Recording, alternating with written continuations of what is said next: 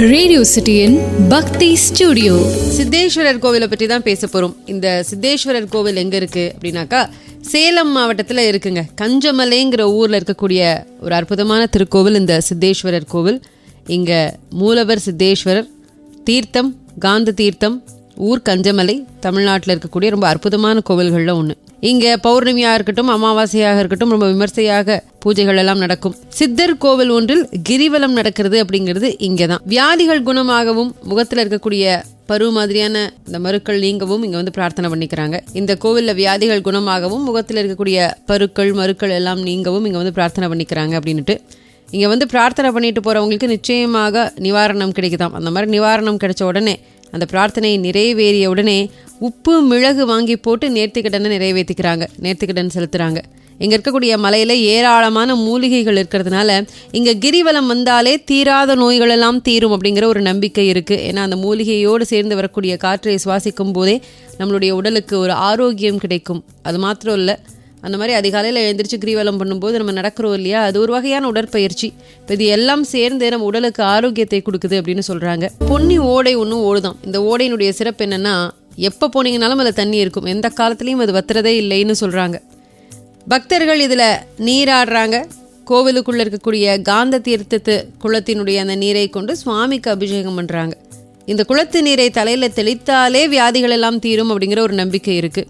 குறிப்பாக முகத்தில் ஏதாவது பருக்கள் மருக்கள் வடுக்கள் இருக்கிறவங்க உப்பு மிளகு வாங்கி போட்டு இந்த குளத்து நீரால் முகத்தை கழுவினால் பரு வர்றதில்லை, அந்த மருவெல்லாம் நீங்க போயிடுது அப்படிங்கிற ஒரு நம்பிக்கை இருக்குது. சில இடங்களில் சில மருத்துவர்களே இங்கே போக சொல்லி நோயாளிகளை பரிந்துரை செய்கிறதாகவும் சொல்கிறாங்க. இந்த கோவிலுக்கு அமாவாசை அன்னைக்கு தான் பக்தர்கள் ஏராளமாக வர்றாங்க. அமாவாசை கோயில்னே இதுக்கு ஒரு பேர் வேற உண்டு. தீராத நோய் இருக்கிறவங்க அன்னைக்கு சித்தேஸ்வரரை வணங்கி கோவிலில் இருக்கக்கூடிய தீர்த்தத்தை தலையில் தெளித்து கொண்டால் நிச்சயமாக நலம் பெறலாம் அப்படிங்கிற ஒரு நம்பிக்கை இருக்குது. பௌர்ணமி அன்னைக்கு பக்தர்கள் மாலை 5 மணிலேருந்து கிரிவலம் வராங்க. 18 கிலோமீட்டர் சுற்றளவு இருக்கக்கூடிய இந்த மலையை சித்தேஸ்வரர் நாமம் சொல்லி சுற்றி வராங்க.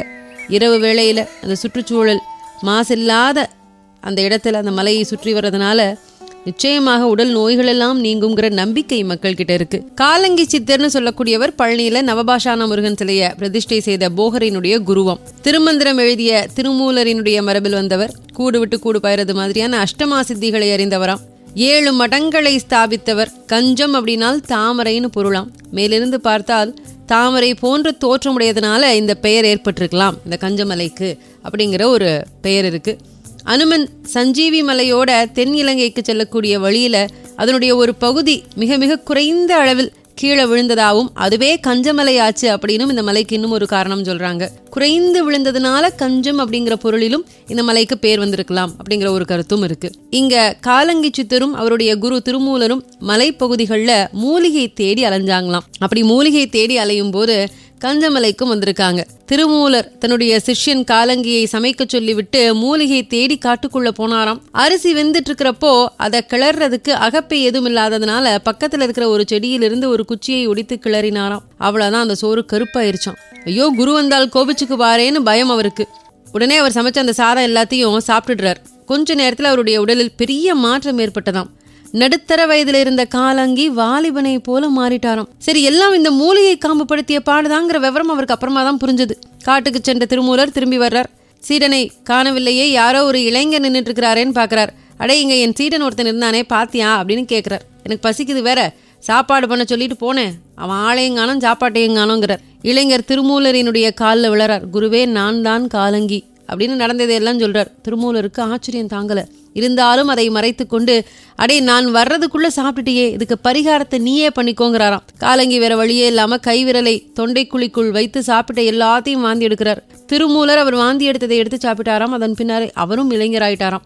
இப்படி 2 பேரும் இளைஞர்களாக ஆன இடம் இப்பவும் இருக்குங்கிறாங்க.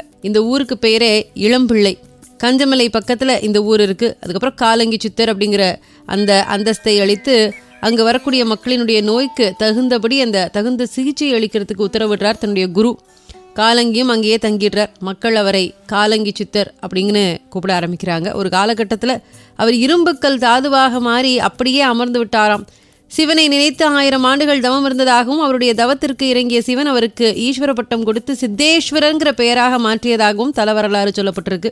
அதனால லிங்க வடிவிலேயே சித்தரினுடைய சன்னதி இப்பவும் இருக்கு. பொதுவாக ஏதாவது நோய் நொடி தீரணும்னா சில கோவிலுக்கு போவாங்க, கடன் தொல்லை தீரணும்னா இன்னொரு கோவிலுக்கு போவாங்க, சந்தோஷமாக இருக்கணும்னா ஒரு கோவிலுக்கு போவாங்க, பாடுறதுக்கு நல்லா வரணுங்கிறதுக்கு கோவில் இருக்கு.